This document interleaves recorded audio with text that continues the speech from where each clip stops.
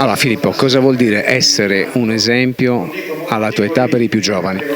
Beh, è una bellissima responsabilità, ma penso che i bambini e i ragazzi lo siano più per me e per tutti i professionisti, perché penso che la cosa più bella dello sport sia proprio la gioia, che forse proprio quando si è bambini è la componente maggiore dello sport, e quindi io cerco di rapportarmi allo sport come lo facevo da ragazzino. Ecco, a volte i ragazzi prendono degli esempi dai campioni di Serie A, del calcio, del basket. Nel tuo sport sei un grande esempio.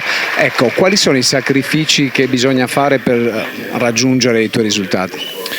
Sicuramente sono molti sacrifici, ma come dicevo prima passano per me in secondo piano se paragonati alla gioia e al divertimento che provo nel fare sport, e penso sia questo secondo me il messaggio più importante per i ragazzi che vogliono iniziare a fare sport. Ecco, un particolare, a volte i ragazzi magari si trovano in mezzo a alcol, droga, fumo, gioco d'azzardo, dipendenze patologiche.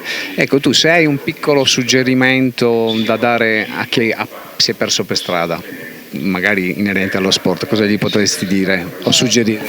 Che iniziare sport sicuramente aiuta a trovare meglio una via e a conoscere meglio se stessi, quindi anche a raggiungere sfide, obiettivi personali, e questo dà grossa autostima e soddisfazioni, e questo aiuta molto un ragazzo soprattutto nell'età dell'adolescenza.